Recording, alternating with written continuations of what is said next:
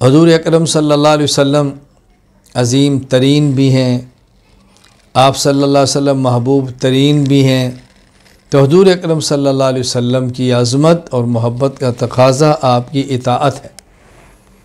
آپ کی محبت کا تقاضا صرف زبانی جمع خرچ نہیں ہے، صرف زبانی جمع خرچ نہیں ہے، بلکہ آپ کی محبت کا تقاضا یہ ہے وہ اعمال کریں جس سے آپ خوش ہوتے ہیں، آپ کی آنکھیں ٹھنڈی ہوتی ہیں، ان اعمال سے بچیں کہ جس سے آپ ناراض ہوتے ہیں، جس سے آپ کو تکلیف پہنچتی ہے، ان اعمال سے بچیں۔ وہ اعمال کریں کہ جس سے آپ کی آنکھیں ٹھنڈی ہوتی ہیں، وہ اعمال کریں کہ جس سے آپ کو راحت ملتی ہے، جس سے آپ کو خوشی ہوتی ہے، وہ اعمال کریں۔ حضور اکرم صلی اللہ علیہ وسلم کا مبارک لباس اپنائیں، سر سے لے کر پاؤں تک۔ آپ ٹوپی مبارک پہنا کرتے تھے، ٹوپی پہنیں، پگڑی مبارک پہنتے تھے، پگڑی پہنیں۔ یہ آپ کی محبت کا تقاضا ہے۔ ہم ننگے سر نہ پھریں، سر پہ پگڑی اور ٹوپی پہن کے پھریں۔ حضور اکرم صلی اللہ علیہ وسلم کے بارے میں حدیث میں ابواب قائم کیے ہیں کہ آپ کی پگڑی کا رنگ کیا تھا۔ باب ما جاء فی امامت النبی صلی اللہ علیہ وسلم، مکہ فتح ہوا، وعلی امامت سوداء، آپ کے سر کے اوپر سیاہ رنگ کی پگڑی تھی۔ آپ نے کب سفید رنگ کی پگڑی باندھی ہے؟ حضر میں آپ کا معمول سفید کا بھی تھا، سفروں میں سیاہ کا بھی تھا، تو آپ نے مختلف رنگوں کی پگڑی پہنی ہے، تو حق بنتا ہے کہ ٹوپی پہنے، حق بنتا ہے پگڑی باندھیں۔ حضور اکرم صلی اللہ علیہ وسلم سر مبارک پہ رات کو تیل لگایا کرتے تھے، سر پہ تیل لگایا کرتے تھے۔ آدمی تیل اسی لگایا کہ میرے سر میں خشکی ہے، جائز ہے، لیکن اس لیے لگایا کہ میرے پاک پیغمبر کی سنت ہے، کیا مزہ ہے؟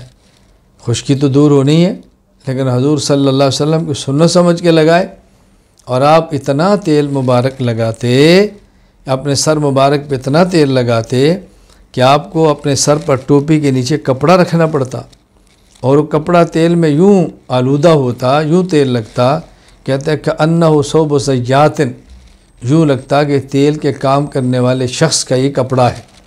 آپ اپنے سر پہ وہ رکھتے تھے۔ پھر آپ کا مبارک عمل تھا، ٹوپی ہے، اوپر پگڑی ہے۔ پھر رسول اکرم صلی اللہ علیہ وسلم کی مبارک عادت ہے کپڑے کیسے پہننے ہیں۔ آپ نے جوتا مبارک پہننا ہے، عصا مبارک رکھا ہے، مسواک کا استعمال کیا ہے، تسبیحات کا اہتمام کیا ہے۔ رسول اکرم صلی اللہ علیہ وسلم کی وہ ظاہری چیزیں جو ہمارے اختیار میں ہیں، اس کو ہم نے اپنانا ہے۔ آپ کو حسن و جمال وہ تو ہمارے اختیار میں نہیں ہے، لیکن آپ نے حسن و جمال کو برقرار رکھنے کے لیے جو چیزیں اختیار فرمائی وہ تو ہمارے اختیار میں ہے نا۔ آپ نے خوشبو کا کتنا استعمال کیا ہے۔ حالت مبارک یہ ہے کہ آپ کے مبارک پسینے سے خوشبو آتی ہے، آپ کے مبارک برات سے خوشبو آتی ہے، حاجت سے خوشبو آتی ہے، لیکن اس کے باوجود بھی آپ نے خوشبو کا اہتمام کیا ہے، تو ہمیں بھی خوشبو کا اہتمام کرنا چاہیے، بہت اہتمام کرنا چاہیے، خوشبو کا اہتمام کریں۔ رسول اکرم صلی اللہ علیہ وسلم نے جن جن چیزوں کا اہتمام کیا ہے، وضع، قطع، ظاہری چیزیں، ہمیں اس کا بھی خیال کرنا ہے۔ رسول اکرم صلی اللہ علیہ وسلم نے لباس کا اہتمام کیا ہے، آپ نے لباس پر پیوند لگا لباس بھی پہنا ہے، 30 اونٹوں کی مالیت کے برابر لباس بھی پہنا ہے، اتنا قیمتی لباس بھی پہنا کہ کسی کے پاس وسعت ہو تو قیمتی لباس پہننے میں حرج نہیں ہے، پیوند لگا کے پہنا، اگر وسعت نہ ہو تو مانگے مت، پیوند لگا ہوا لباس پہن لیں۔ آپ نے اس کا بھی اہتمام کیا ہے، کیونکہ آپ امیروں کے بھی نبی ہیں، غریبوں کے بھی نبی ہیں۔ آپ نے اپنی عملی زندگی سے امیر کو بھی سبق دیا ہے، آپ نے اپنی عملی زندگی سے غریب کو بھی سبق دیا ہے۔ تو رسول اکرم صلی اللہ علیہ وسلم کی جو ہدایات ہیں ان کا خیال کرنا بہت ضروری ہے۔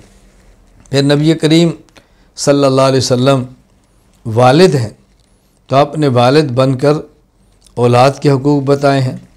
نبی کریم صلی اللہ علیہ وسلم سسر ہیں، تو سسر بن کر دامادی کے حقوق بتائے ہیں۔ نبی کریم صلی اللہ علیہ وسلم داماد ہیں، داماد بن کر سسر کے حقوق بتائے ہیں۔ رسول اکرم صلی اللہ علیہ وسلم کے نواسیاں، تو آپ نے یہ حقوق بھی بتائے ہیں۔ نبی کریم صلی اللہ علیہ وسلم نے یہ سارے حقوق اپنی امت کو اپنے عمل کے ساتھ بتائے ہیں۔ نبی کریم صلی اللہ علیہ وسلم نے ہجرت فرمائی، مہاجر بن کے مہاجر کے حق بتائے ہیں۔ نبی کریم صلی اللہ علیہ وسلم نے دین مبارک کے لیے 3 سال شیب ابی طالب میں گویا جیل کاٹی، آپ نے وہ آداب بھی بتائے ہیں۔ فقر برداشت کیا، وہ بھی بتائے ہیں۔ میدان جنگ میں اترے، جہاد کیا، وہ بھی دکھایا ہے۔ غازی بنے ہیں، وہ بھی بتایا ہے۔ غالب آئے ہیں، وہ بھی بتایا ہے۔ تو رسول اکرم صلی اللہ علیہ وسلم نے اپنے مبارک عمل سے سب چیزیں امت کے سامنے بیان کی ہیں۔ نبی کریم صلی اللہ علیہ وسلم کی خلوت کو دیکھیں، آپ کی جلوت کو دیکھیں، اپنوں کے ساتھ تعلق دیکھیں، غیروں کے ساتھ تعلق دیکھیں، پھر رسول اکرم صلی اللہ علیہ وسلم کا مسکرانہ دیکھیں، اپنے صحابہ کی دلجوئی کے لیے ہنسنا دیکھیں، اپنے صحابہ کرام کی دلجوئی کے لیے محبت کی باتیں کرنا سیکھیں، پھر رات کو کڑنا سیکھیں، رات کو رونا سیکھیں، لمبے لمبے سجدے کرنے دیکھیں، لمبے لمبے رکوع کرنے دیکھیں۔ تو رسول اکرم صلی اللہ علیہ وسلم کی وہ زندگی خلوت کی بھی ہے، یہ زندگی جلوت کی بھی ہے، یہ زندگی اپنوں کے ساتھ ہے، وہ زندگی غیروں کے ساتھ ہے۔ کبھی زندگی مکہ کی ہے، کبھی زندگی مدینہ کی ہے۔ مکہ مکرمہ کو دیکھیں تو الگ زندگی ہے، مدینہ منورہ کو دیکھیں تو الگ زندگی ہے، غار کی دیکھیں تو الگ زندگی ہے۔ تو رسول اکرم صلی اللہ علیہ وسلم نے اپنے عمل سے یہ سارے معاملات امت کے سامنے پیش کیے ہیں، اور ہمارا حق ہے امتی ہونے کی حیثیت سے کہ ہم نبی کریم صلی اللہ علیہ وسلم کی ان اداؤں کو اپنائیں، ہم ان اداؤں سے محبت کریں، رسول اللہ صلی اللہ علیہ وسلم کی طرح جینا سیکھیں، پیغمبر کی طرح دنیا سے جانا سیکھیں، پیغمبر کی طرح صحت میں رہنا سیکھیں، بیماری آئی تو برداشت کرنا سیکھیں۔ یہ رسول اکرم صلی اللہ علیہ وسلم کی ساری زندگی کھلی کتاب ہمارے سامنے ہے۔ اور عجیب بات یہ ہے کہ آپ صلی اللہ علیہ وسلم کی ہر ادا امت نے محفوظ کی ہے، آپ کی ادائیں محفوظ کی ہیں، چلنا محفوظ کیا ہے، بیٹھنا محفوظ کیا ہے، لیٹنا محفوظ کیا ہے، بازاروں میں جانا محفوظ کیا ہے، رات کو مصلی پہ کھڑا ہونا محفوظ کیا ہے، سواری پہ سوار ہو کر سفر کرنا محفوظ کیا ہے۔ یہ ساری ادائیں ہمارے پیغمبر پاک صلی اللہ علیہ وسلم کی اللہ تعالیٰ نے قیامت تک کے آنے والے امتی کے لیے محفوظ کروا دی ہے۔ تو رسول اکرم صلی اللہ علیہ وسلم میں عرض کر رہا تھا کہ آپ عظیم ترین بھی ہیں، مقدس ترین بھی ہیں، محبوب ترین بھی ہیں، اور رسول اکرم صلی اللہ علیہ وسلم مطاع ترین بھی ہیں، یعنی جس کی اطاعت کی جائے، جس کی اطاعت کی جائے۔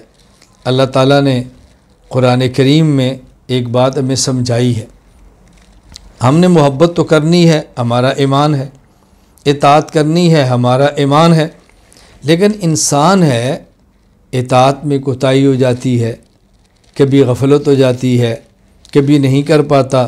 تو قرآن کریم کہتا ہے وَمَا أَرْسَلْنَا مِن رَّسُولٍ إِلَّا لِيُطَاعَ بِإِذْنِ اللَّهِ، ہم نے پیغمبر پاک کو اس لیے بھیجا تاکہ ان کی اطاعت کی جائے۔